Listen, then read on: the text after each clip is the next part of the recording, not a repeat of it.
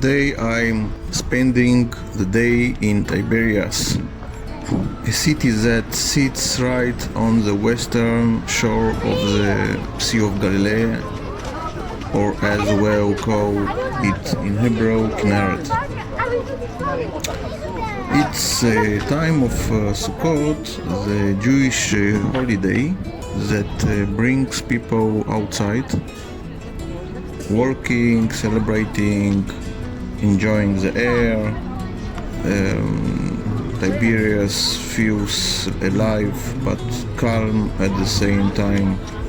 A place where you can slow down and just watch life happen.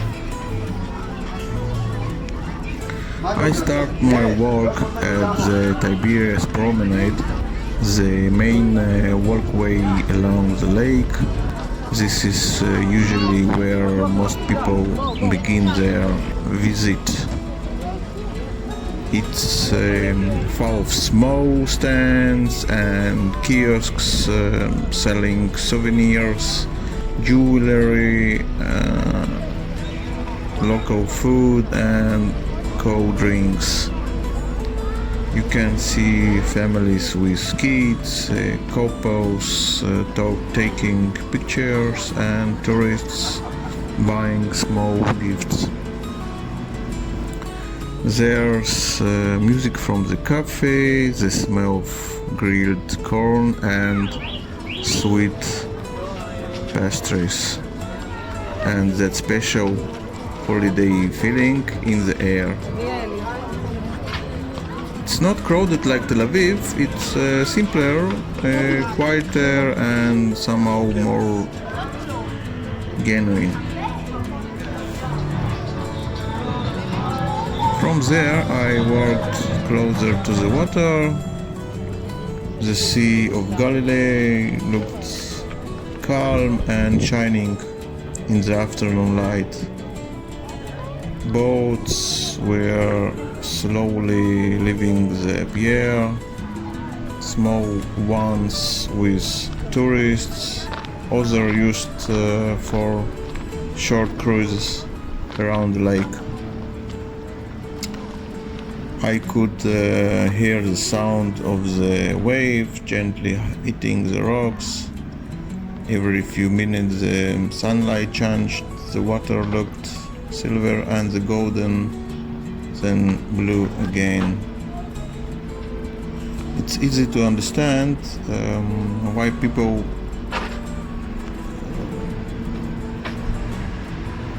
throughout history were drawn to this place. The Kinneret is not just a beautiful lake, it's one of the most important bodies of water in Israel, both spiritually and practically.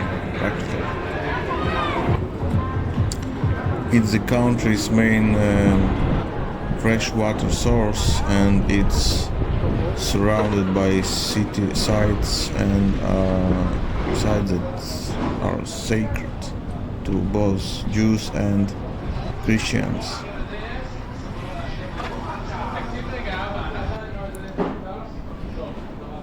For Jews, Tiberias became a center of spiritual life almost 2,000 years ago. After the destruction of Jerusalem, many great rabbis came here, and the Jerusalem Talmud was completed in the city. You can feel that sense of history when you walk here, as if every stone has a story to tell.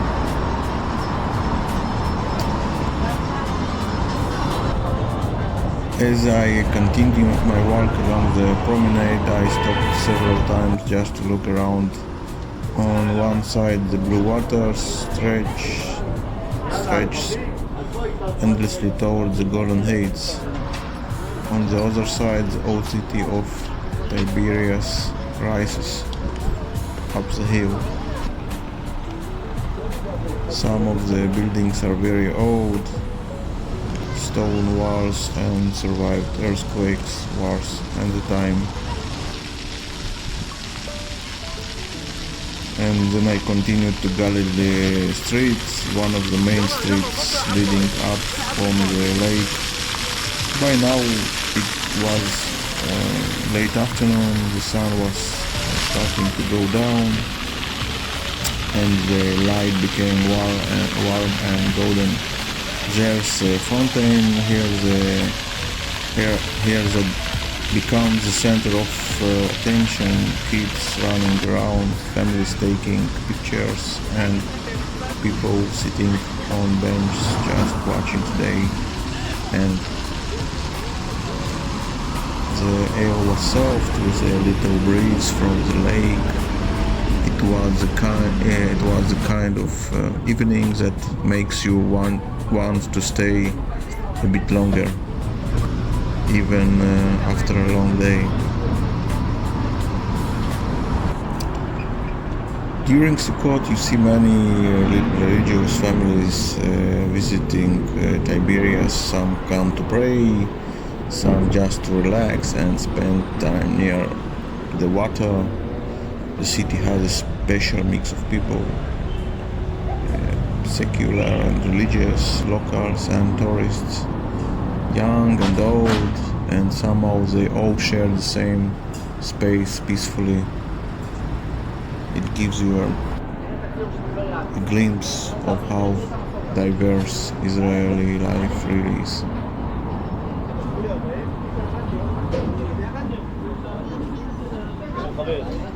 As I looked around, I thought about the story of Tiberias itself, a city with so much history, yet one that hasn't quite reached its full potential. Tiberias was once a thriving resort town. Decades ago, Israelis and tourists from all over the world came here for the hot springs, the hotels, the lake and the views. But over the years many hotels closed, some areas were neglected and development slowed down.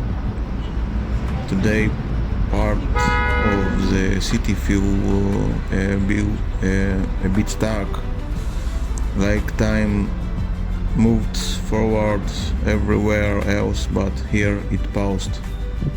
Some buildings are, as you see, are empty, and the infrastructure needs renewal. It's hard not to ask why. Tiberias has everything: the lake, the history, the weather, the views. It could easily be one of the Israel's top destinations.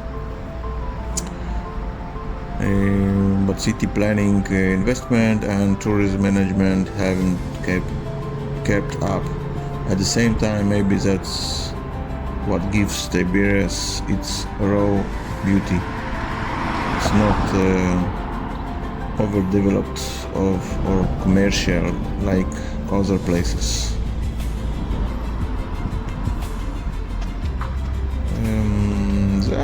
I think there are also good things happening. In recent years there have been projects to improve the promenade and renew the hotels. You can see more visitors returning and growing interest in local tourism. People come for weekend trips, family picnics, or just to sit by the water and relax. If the city continues in that direction, focusing on the lake, on its heritage, and on simple but high quality experiences, it could truly shine again, I think. As I walked back toward the promenade, the sun began to set behind the hills. The sky turned orange and pink, and the reflection on the lake was breathtaking. The boats were coming back to the pier, and the voices of people grew. softer.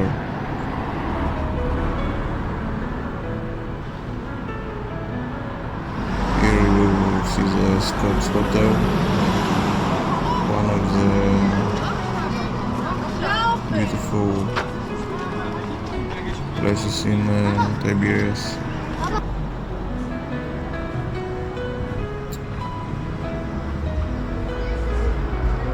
Standing there watching the last light fade, I felt that Tiberias is more than just another city. It's a symbol of resilience, a city that has been everything: earthquakes, invasions, change in empires, and it's still here. Maybe that's what makes it so special. Even when it's not perfect, it's alive. It keeps going, just like the gentle waves of the canal beside it.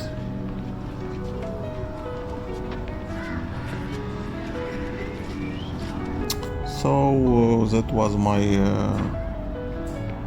walk through Tiberias, from the promenade along the Sea of Galilee, through the old streets and up to the fountain on Galil Street. A peaceful afternoon filled with history, people and light. And as the sun disappears behind the hills, I leave the city feeling calm and a little more connected to this beautiful, timeless place. And of course I would like you comment and put the like for this video, and continue to follow me.